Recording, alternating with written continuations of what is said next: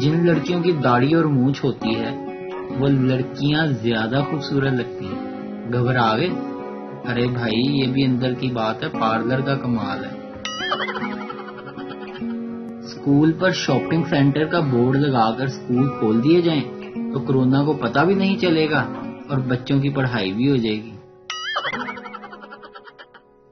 شکر ہے دل ٹوٹنے کی آواز نہیں آتی، ورنہ ہمارے پاکستان میں ہر طرف ٹھا ہی ہونی تھی. شکر ہے جانوروں میں کھانا پکانے کا رواج نہیں، ورنہ ہاتھیوں کے خاندان کی بہو تو روٹیاں پکا پکا کر ہی مر جاتی. موبائل ہاتھ سے چھوٹ جائے اور زمین پر گرنے سے پہلے پکڑ لیں، ایسی فیلنگ آتی ہے جیسے دنیا کو بچا لیا ہو. مرد حضرات گھر پر صرف 2 صورتوں میں خوش ہوتے ہیں، بیوی نہیں ہو یا بیوی نہیں ہو.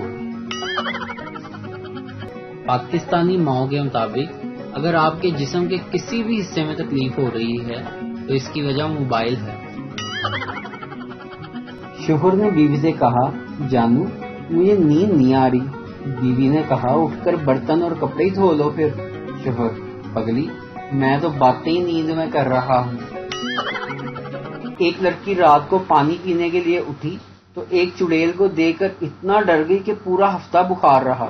ایک نفسیاتی ڈاکٹر کو چیک کروایا گیا تو نفسیاتی ڈاکٹر نے کہا آپ کے گھر کے کچن میں جو شیشہ لگا ہوا ہے اسے مہربانی کر کے اتار دیں، اگر بچی دوبارہ ڈر گئی تو اس کا بچنا ناممکن ہے. الزام تراشی کی انتہا تو دیکھو. آج ایک عورت نے اپنے خاوند سے کہا یہ آپ کیسا آٹا اٹھا لائے ہیں، ساری کی ساری روٹیاں جل گئی.